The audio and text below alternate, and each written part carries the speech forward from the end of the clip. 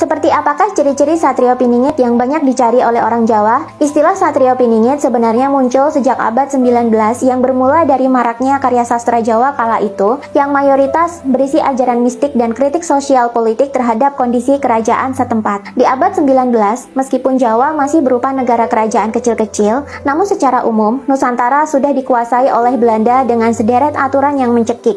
Bahkan, posisi raja-raja Jawa juga diturunkan menjadi sekelas bawahan Belanda, bukan lagi mitra Belanda seperti janji mereka dulu.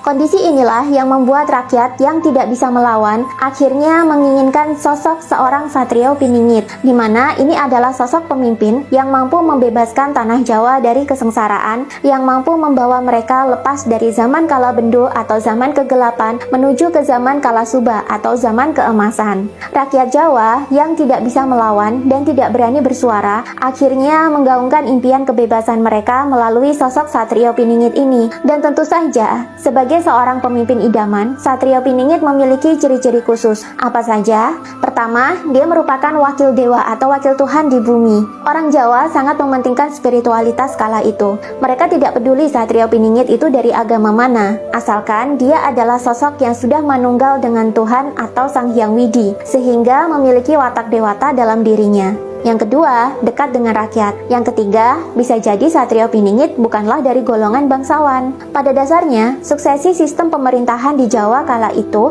berdasarkan garis keturunan. Seorang raja akan digantikan oleh anak atau cucunya kelak. Namun, karena kondisi raja-raja Jawa kala itu yang sangat lemah, maka rakyat kerap mendapatkan kekecewaan dari sistem ini. Raja yang di mata rakyat seharusnya berdaulat penuh, kenyataannya malah menjadi bawahan Belanda dan tidak berkutik ketika Belanda menerapkan kebijakan-kebijakan yang menyengsarakan rakyat.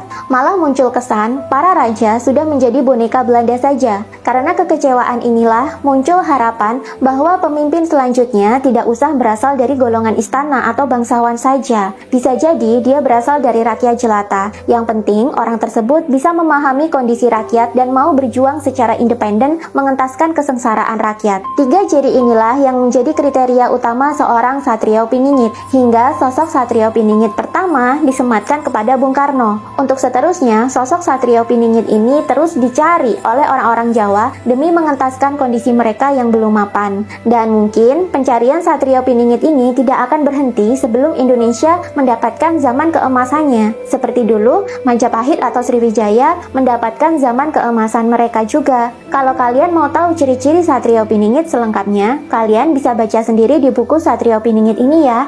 Check out Keranjang Kuning sekarang untuk mengamankan bukunya.